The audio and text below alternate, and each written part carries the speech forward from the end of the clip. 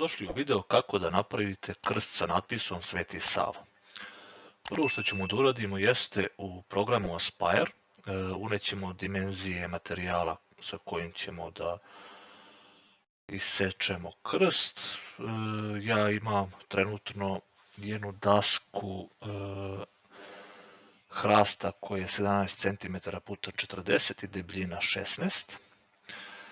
Ićemo OK. I sada šta možemo da uradimo jeste da importujemo bitmap sa slikom krsta. Ja sam ovako nešto skinuo sa interneta. I možemo iz nje da izvučemo vektore. To ćemo raditi na 30 bita. Stavit ćemo da je black and white. Ićemo preview i on izvuče ovako nama vektore. Mi ćemo kažemo da je to nama u redu. Ićemo close. Sliku ćemo obrisati i dobijemo nešto ovako.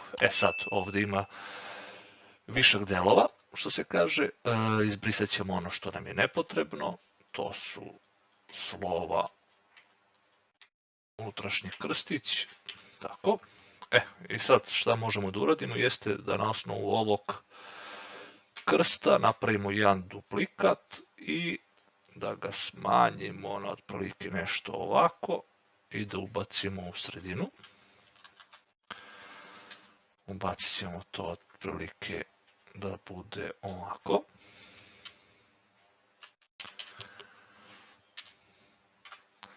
Tako. I možemo da uzmemo natpis. Ja sad na internetu sam našao Miroslav font za crkvena slova.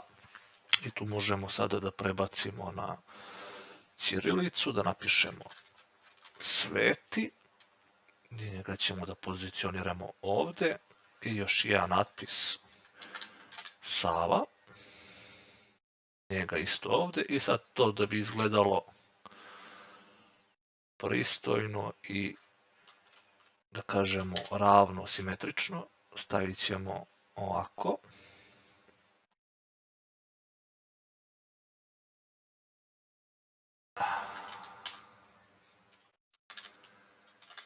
I ovo povučemo ovde i da kažemo da smo spremni za dalji proces.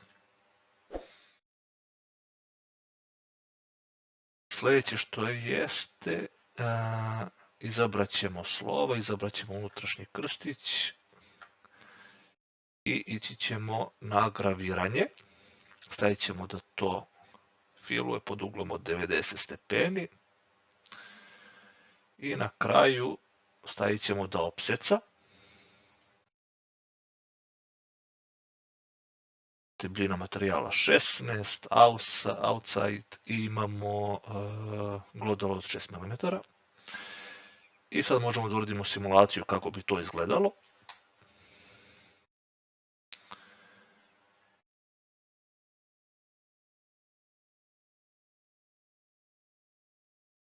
I ovo bi trebalo da bude konačan produkt. Ovako bi trebalo nešto da dobijemo na CNC mašini.